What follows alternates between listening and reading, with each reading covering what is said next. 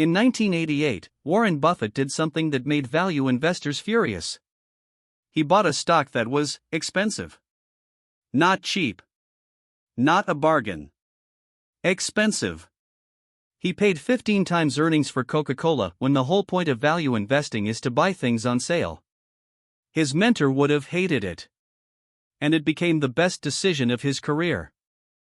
I've spent 50 years watching investors chase cheap stocks straight into the ground. And here's the uncomfortable truth most people never learn. Cheap isn't the same as good value. Buffett figured that out in 1988.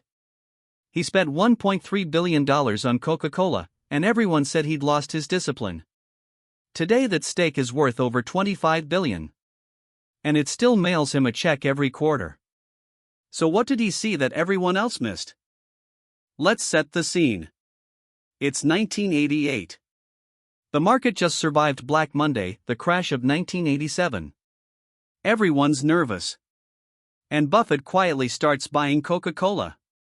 By 1994, he'd bought 400 million shares for $1.3 billion. Here's the problem.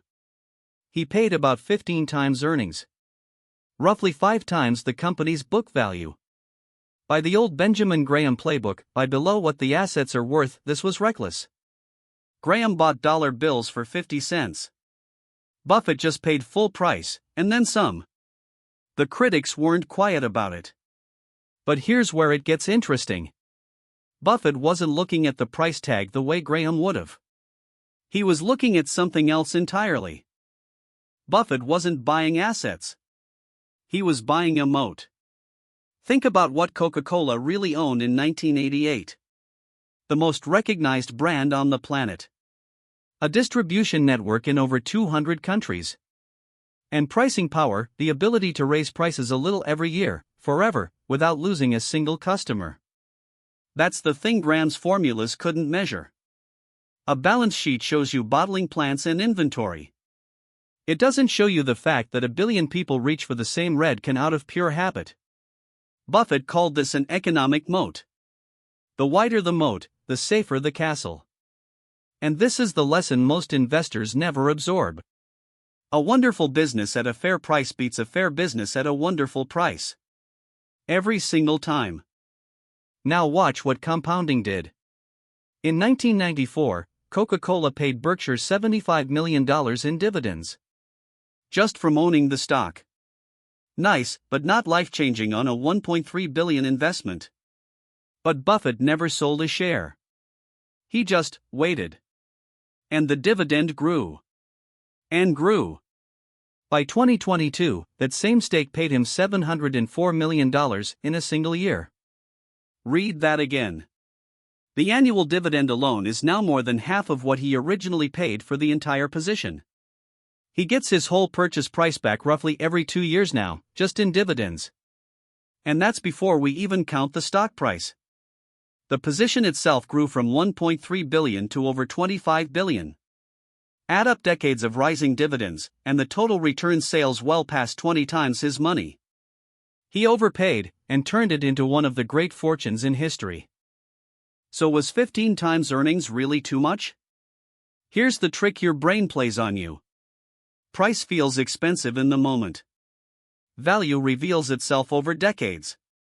In 1988, paying up for Coca-Cola looked foolish. With 38 years of hindsight, it was one of the cheapest purchases imaginable because the business kept compounding long after the price stopped mattering. As Buffett put it himself, price is what you pay. Value is what you get. The critics fixated on the price. Buffett focused on the value. That gap, that's where fortunes are made. Here's what I want you to remember. The best investment you'll ever make rarely looks like a bargain on the day you buy it. A truly great business, one with a real moat, real pricing power, and decades of growth ahead, is almost always worth more than the cheap stock screeners say. Buffett didn't get rich buying cheap things. He got rich buying wonderful things and refusing to sell. Quality, held patiently, beats cheapness every time. So let me ask you this.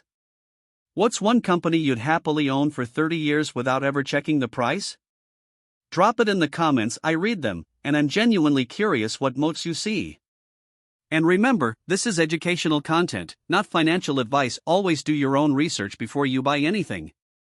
If this changed how you think about expensive stocks, hit subscribe. Tomorrow, we're breaking down the one mistake that quietly wipes out more investors than any market crash ever has.